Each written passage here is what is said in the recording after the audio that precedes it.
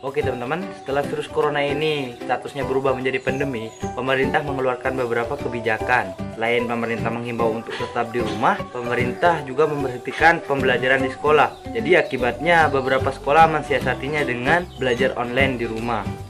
Dan kali ini saya akan memberikan 5 kelemahan dan kelebihan belajar online di rumah. Yang pertama, melatih kepercayaan diri kita. Belajar online di rumah secara tidak langsung melatih kepercayaan diri kita. Karena kita belajar dengan tanpa harus bertatap muka, jadi kita bisa berpendapat dan melatih rasa gugup kita untuk menghilangkan rasa gugup kita. Jadi kita bisa berpendapat sesuai dengan apa yang ingin kita sampaikan. Yang kedua, kita bisa bersantai di rumah. Ketika belajar online di rumah, kita bisa melakukan hal-hal yang tidak bisa kita lakukan selama belajar di kelas. Contohnya, kita bisa sambil rebahan, kita bisa sambil makan, kita bisa sambil menjaga warung ibu di rumah. Dan yang ketiga, pelajaran lebih mudah untuk dipahami. Kalau kita belajar di sekolah, guru hanya menerangkan satu kali, bahkan ketika kita bertanya, mungkin guru akan menjelaskan lagi. Tapi ketika kita belajar online di rumah, kita bisa mudah menyimpan file-file, dan jika kita tidak paham, kita bisa memutar file itu tersebut sampai kita paham, kita putar ulang sampai kita paham. Jadi bisa kita lebih memahami hal tersebut. Anak yang bertamasya untuk melatih keterampilan. Metodenya pelatihan itu ada dua. Secara garis besar. Yang keempat, menghemat biaya. Ketika kita belajar online di rumah, kita sudah tidak memerlukan biaya perjalanan, ongkos perjalanan. Kita juga tidak memerlukan seragam, kita juga tidak membutuhkan alat tulis. Iya, karena semuanya sudah dilakukan secara online. Dan yang kelima, melatih kemandirian dan kreativitas kita. Berbeda dengan sistem belajar tatap muka atau di sekolah, belajar online ini bisa membuat kita lebih kreatif. Contohnya ketika kita presentasi, kita bisa membuat video dan bahkan kita bisa membuat tulisan yang lebih menarik agar bisa melatih kreativitas kita. Jadi secara tidak langsung kreativitas kita dilatih di sini. Selain memiliki kelebihan, belajar online di rumah setelah pasca corona ini juga memiliki kekurangan. Berikut 5 kekurangan menurut aku ya. Yang pertama adalah banyaknya tugas. Banyaknya tugas yang diberikan oleh guru kepada murid dengan tujuan agar mereka lebih mandiri. Ini membuat para murid itu menjadi stres karena banyaknya tugas.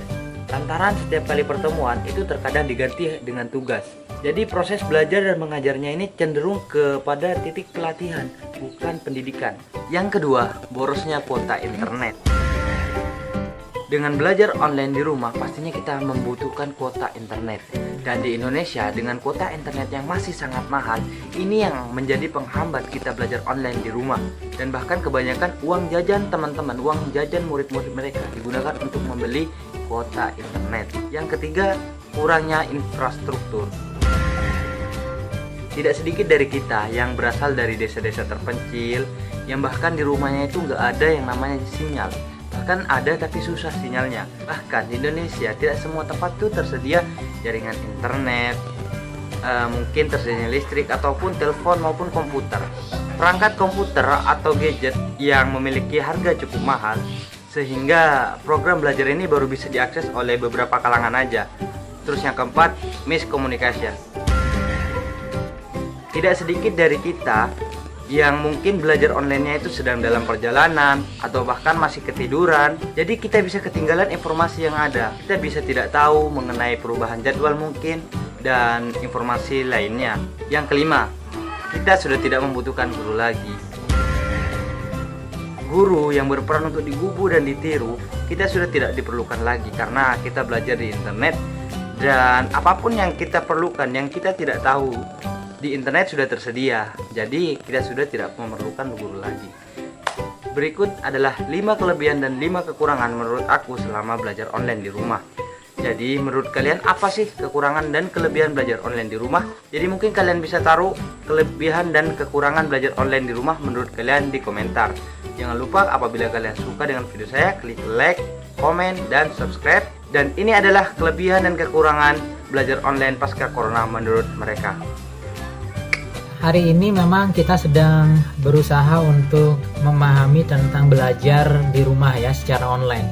Apa kekurangan dan kelebihannya? Kalau menurut saya, Enaknya itu ya kita bisa santai di rumah, bisa sambil kerja. Contohnya kita kerja online, kerja apa bantu-bantu orang tua, kayak kita bisa juga santai di rumah.